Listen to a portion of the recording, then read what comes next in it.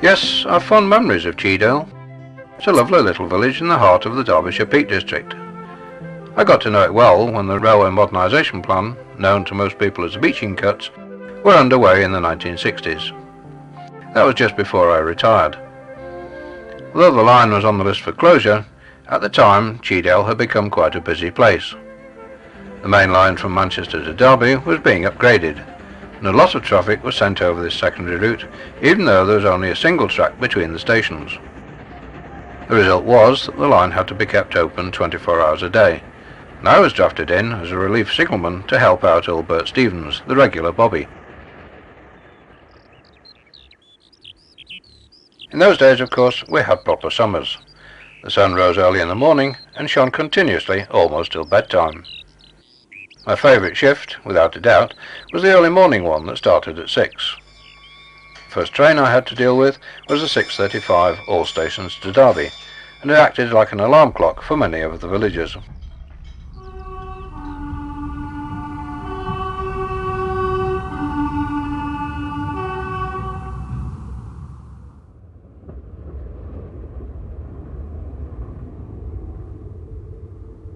Usually there aren't many passengers for this first train, but this morning it looks as if Colonel Thompson is making a very early start again for a day in town.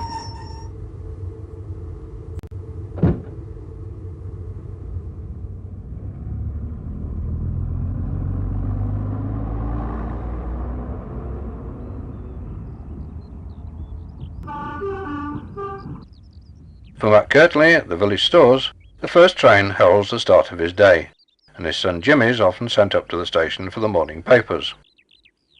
These will have been printed in Manchester, and are distributed overnight throughout the country by the railways. Matt's little shop is the only one in the village, and although it's small, he manages to stock most of the things that we need from day to day. Once the DMU is gone, we normally have an hour or so before the next scheduled passenger service, but of course, with the diversions, we have to handle quite a few extras like this load of iron ore. It's come from the mines in the East Midlands, and it's bound for the steelworks near Manchester. It would have been loaded last thing last night, and we try to give it a clear road if at all possible, because restarting a heavy load like this is no joke, even with a banking engine to help.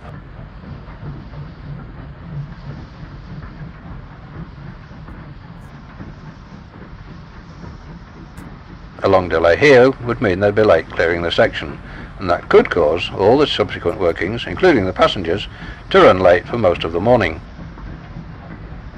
Today they're going well though, and once through the station it's mostly downhill, so the banker can drop off and return to Roseley to wait for the next heavy freight needing its assistance.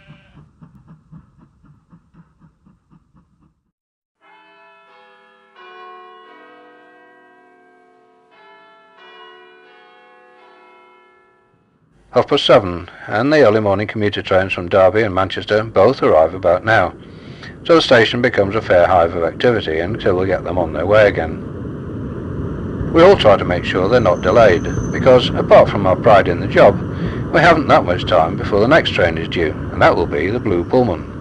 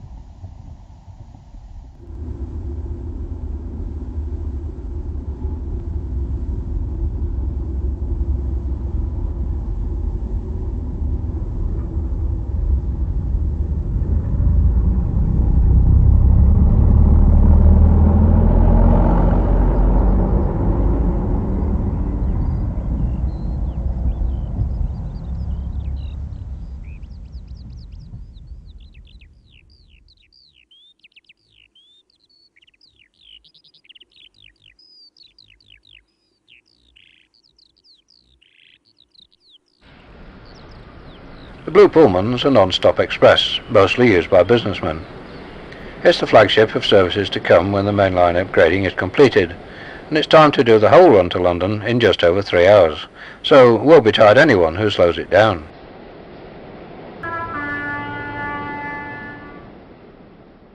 After all that activity, it's time to put the kettle on and have a much-needed cuppa. The village is beginning to stir now. The first bus of the day has collected school children from the outlying hamlets. Fred the postman is setting off on his rounds, and, with milking finished, Jed Furrow can make a start on jobs around his farm.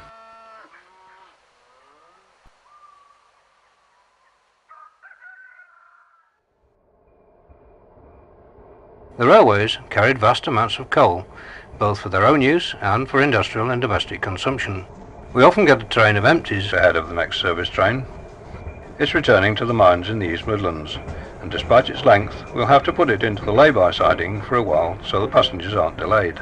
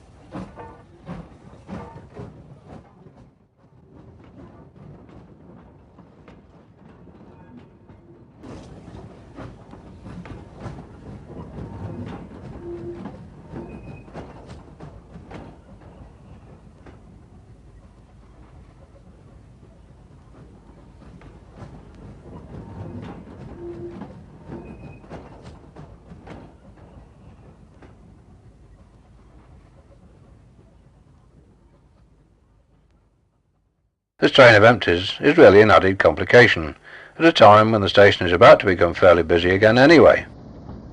The next southbound train is the All Stations to Derby, and it waits here until the first of the early morning expresses from London has gone through, and the regular train from Nottingham that follows it has arrived just before 10 o'clock.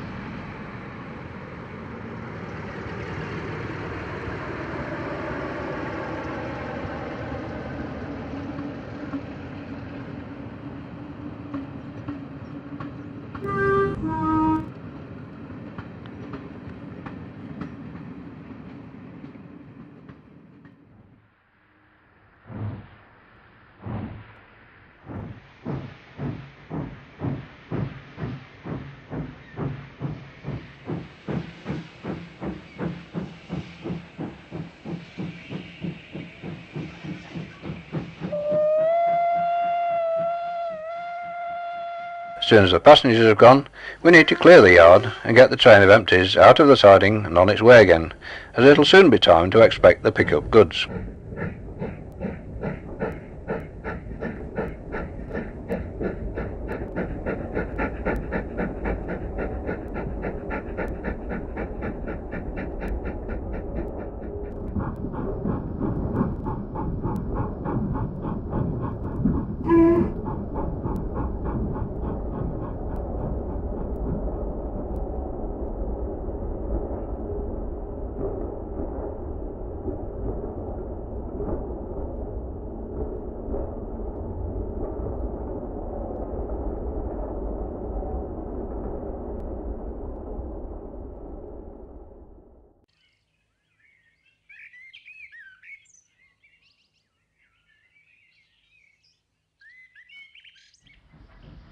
The pick-up goods travels the line every day, calling at each station in turn to deliver and collect goods sent by rail. The railway is what's known as a common carrier, and it's obliged to convey all manner of items, from small parcels to huge items of machinery.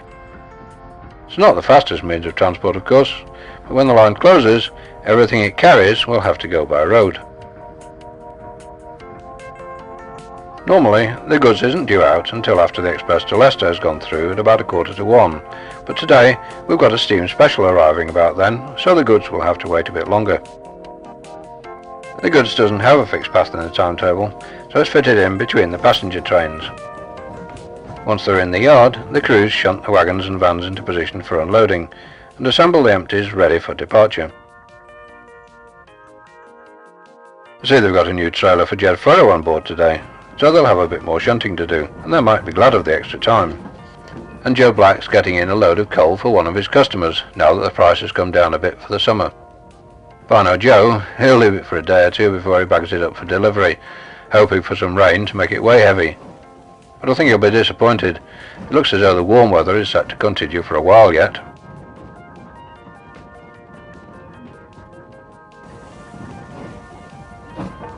The sunshine is very pleasant, of course, but the hot weather's not without its problems as far as the railway is concerned. The heat causes the rails to expand, and the lengthmen have to be extra vigilant to make sure the track stays straight and properly aligned.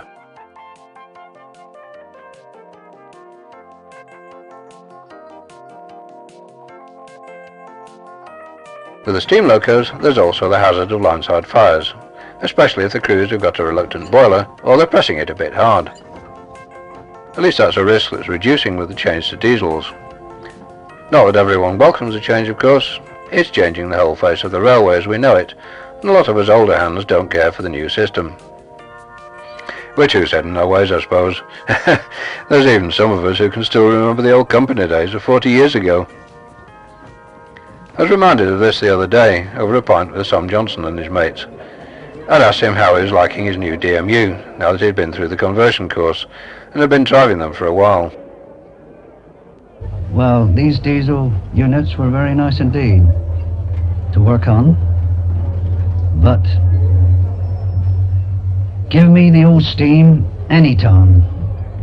Once a steam man, always a steam man. Good, nothing to touch. There was more art, there was more skill, there was more, what shall I say, there was more harmony between the two men there who had the job to do. And that was where the pride of craft, the pride of craft was there.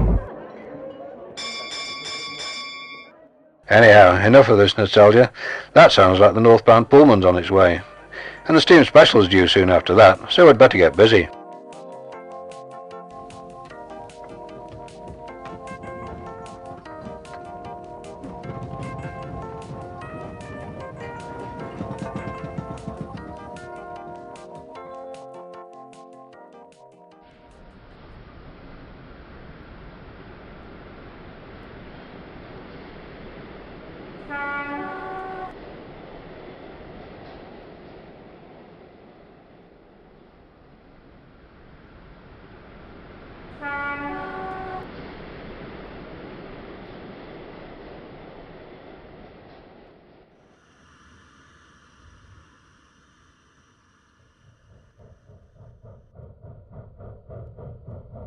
These specials are getting more frequent now that the end of steam's in sight. It's quite surprising how many of the old-timers the enthusiasts have managed to drag out of obscurity, and a lot of them are travelling routes they would never have dreamt of in their working days. But today's special would have been completely at home on this line, and it's due to stop here while the express to Nottingham passes through.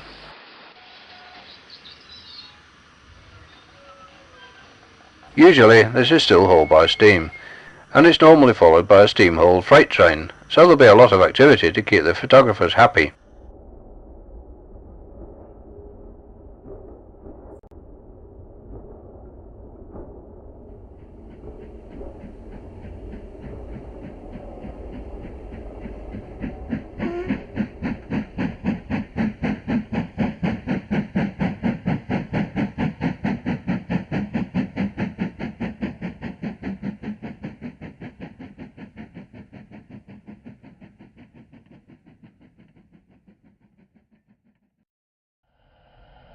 Wouldn't be surprised if Bert hasn't come down a bit early with his camera.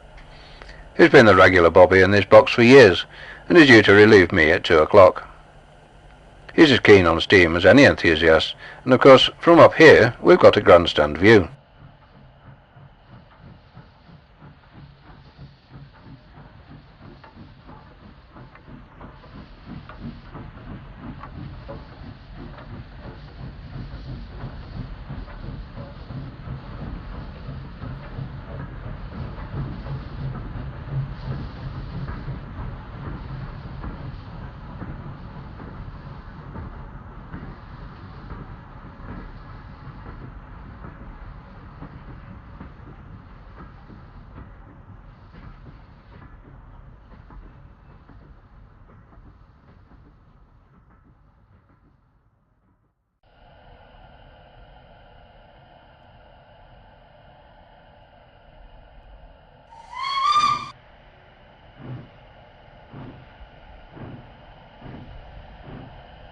All in all, it's been quite a busy morning with one thing and another, but as usual, it's gone quite quickly, and it's always interesting.